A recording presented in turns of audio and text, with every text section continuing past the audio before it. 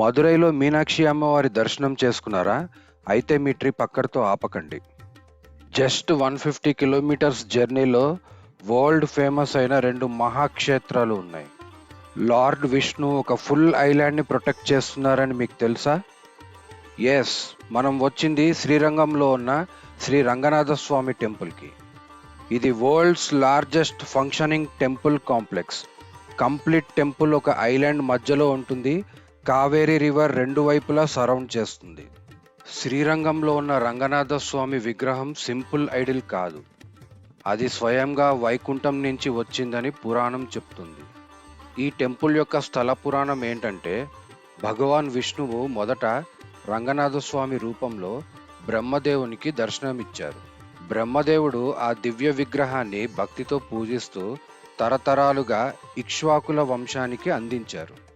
ఈ ఇక్ష్వాకుల వంశంలోనే శ్రీరాముడు కూడా ఈ రంగనాథ స్వామిని అత్యంత భక్తితో ఆరాధించారు. అయితే ఈ విగ్రహం శ్రీరంగంలోకి ఎలా వచ్చింది? రామాయణంలో లంక విజయం తర్వాత శ్రీరాముడు రంగనాథ స్వామి దివ్య విగ్రహాన్ని విభీషణుడికి కానుకగా అందించాడు.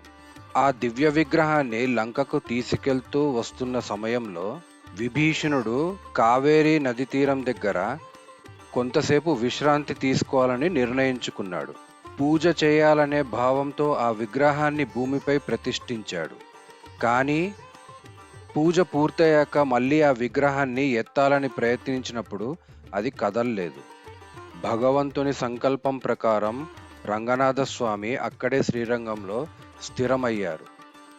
విభీషణునికి స్వామి ఇలా వరమిచ్చారని చెబుతారు, నేను లంక వైపు చూస్తూ ఇక్కడే ఉంటాను, నీ రాజ్యాన్ని కాపాడుతాను అని. అందుకే ఇప్పటికీ శ్రీరంగంలో రంగనాథ స్వామి విగ్రహం దక్షిణ దిశ వైపుగా ముఖం చేసి ఉంటుంది. శ్రీరంగం దేవాలయం అనేది కేవలం ఒక టెంపుల్ కాదు, ఇది నిజంగా ఒక టెంపుల్ సిటీ. ఎందుకంటే ఈ ఆలయం చుట్టూ 7 ప్రాకారాలు ఉన్నాయి. అంటే ఆలయాన్ని చుట్టుముట్టి ఉన్న 7 కాన్సెంట్రిక్ వాల్స్. మీరు ఈ ఇమేజ్లో చూస్తున్నారు కదా, 7 డిఫరెంట్ లేయర్స్లో టెంపుల్ని డిజైన్ చేసి పెట్టారు. ప్రతి ప్రాకారం ఒకే లేయర్లో ఉంటుంది. బయట నుంచి లోపలికి వెళ్తూ మన ప్రయాణం కూడా మెల్లగా భక్తి వైపు, శాంతి వైపు తీసుకెళ్తుంది. మీరు ఈ ఇమేజ్లో చూస్తున్నట్టు బయట ప్రాకారాలు జనజీవనం, షాప్స్, గుంపు, హడావిడి దాన్ని సూచిస్తుంది.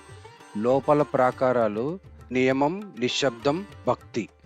అంతిమంగా గర్భగుడి దగ్గర పూర్తి శాంతి. అంటే బయట ప్రపంచం నుంచి భగవంతుడి సన్నిధి వరకు మనం స్టెప్ బై స్టెప్ కామ్ అయ్యేలా ఈ ఆలయాన్ని డిజైన్ చేశారు. చాలామంది డిఫరెంట్గా చెప్తారు, 7 ప్రాకారాలు అంటే 7 లోకాలని లేదా 7 చక్రాలు అని. బట్ రియలిస్టిక్గా ఆలోచిస్తే బయట లేయర్ ఏదైతే ఉందో అది మెటీరియలిస్టిక్ లైఫ్. లోపలికి వెళ్తూ భక్తి, క్రమశిక్షణ పెరుగుతుంది. గర్భగుడి దగ్గర వచ్చేసరికి మనసు పూర్తిగా దేవుడిపై స్థిరమై ఉంటుంది. మొత్తం శ్రీరంగం టెంపుల్కి 21 గోపురాలు ఉన్నాయి. ఈ 21 గోపురాల్లో హైలైట్ ఏంటంటే రాజగోపురం. ఇది శ్రీరంగం ఆలయం యొక్క మెయిన్ ఎంట్రన్స్ టవర్ అన్నమాట. దీని ఎత్తు వచ్చేసి 72 మీటర్లు ఉంటాయి. ఇది భారతదేశంలో టాలెస్ట్ టెంపుల్ గోపురంలో ఒకటి. ఇంకొక ఇంట్రెస్టింగ్ పాయింట్, శ్రీరంగంలో ఒక గోపురం తెల్లగా రాతి రంగులో కనిపిస్తుంది. దాన్ని వెల్లై గోపురం అంటారు. వెల్లై అంటే తమిళంలో తెలుపు అని అర్థం. పాతకాలంలో నిర్మించిన ఈ గోపురం గ్రానైట్ రాతితో నిర్మించబడింది. ఆ రాతి సహజ రూపాన్ని అలాగే ఉంచేందుకు దానిపై రంగులు వేయరు.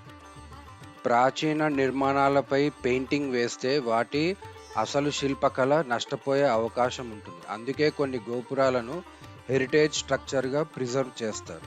కొంతమంది భక్తుల విశ్వాసం ప్రకారం తెలుపు రంగు అంటే పవిత్రత, సౌమ్యత, సరళత్వం. అన్ని వైభవాల మధ్యలో ఒక తెల్ల గోపురం భక్తికి అవసరమైన సింప్లిసిటీని గుర్తు చేస్తుంది.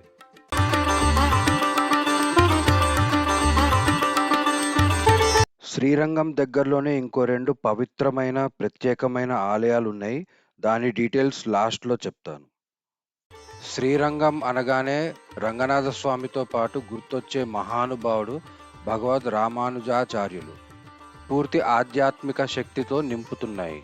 విశిష్ట అద్వైత సిద్ధాంతాన్ని ప్రపంచానికి పరిచయం చేసిన ఆ మహాయోగి చాలా కాలం శ్రీరంగంలోనే నివసించారు. భక్తులందరికీ సమాన హక్కులు ఉండాలని ఆయన బోధించారు. అత్యంత షాకింగ్ ఫ్యాక్ట్ ఏంటంటే, రామానుజాచార్యులు తిరుమేని ఇప్పటికీ శ్రీరంగంలో భక్తులకు లైవ్గా దర్శనమిస్తుంది. అది జస్ట్ నార్మల్ స్టాచ్యూ కాదు, భక్తుల విశ్వాసం ప్రకారం ఆయన కూర్చునున్న స్థితిలో ఉన్న సేక్రెడ్ ఫిజికల్ ఫామ్ అని చెబుతారు. 1000 ఇయర్స్ అయినా కూడా ఆ మహానుభావుడి ప్రెజెన్స్ ఇంకా అక్కడే ఉన్నట్లు అనిపిస్తుంది. ఇంత అద్భుతమైన ఆలయానికి ఎలా వెళ్ళాలనేది తెలుసుకుందాం. మనం ఆల్రెడీ స్టార్టింగ్‌లో చెప్పుకున్నట్టు మదురైలో మీనాక్షి అమ్మవారి దర్శనం చేసుకున్నాం కదా! మదురై నుంచి శ్రీరంగం చేరడం చాలా ఈజీ. ప్రతిరోజు తిరుచికి నంబర్ ఆఫ్ ట్రైన్స్ ఉన్నాయి. నేను సజెస్ట్ చేసే బెస్ట్ ట్రైన్ వైగై ఎక్స్‌ప్రెస్. ఉదయం 6:45కి మదురై నుంచి బయలుదేరి ఆల్మోస్ట్ మార్నింగ్ 9:00కి తిరుచి చేరుకుంటాం. తిరుచి రైల్వే స్టేషన్‌కి ఎదురుగా బస్ స్టాండ్ ఉంటుంది. అక్కడి నుంచి శ్రీరంగానికి తరచుగా బస్సులుంటాయి.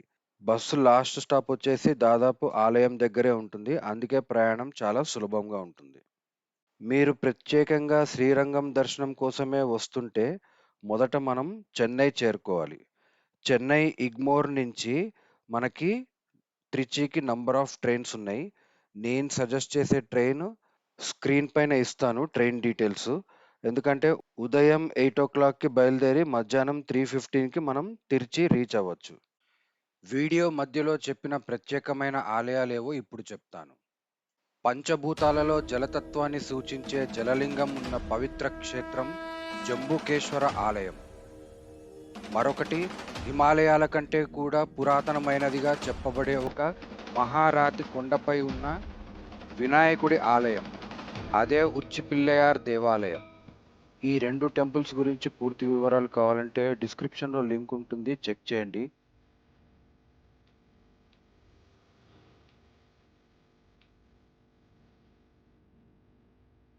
ఈ వీడియో మీకు నచ్చితే ఒక లైక్ ఇవ్వండి. మీ ఫ్రెండ్స్, ఫ్యామిలీతో షేర్ చేయండి. ఇలాంటి ఆలయ విశేషాలు, ట్రావెల్ వీడియోస్ ఇంకా చూడాలంటే మా ఛానల్‌ని సబ్స్క్రైబ్ చేసుకోండి. Thank you.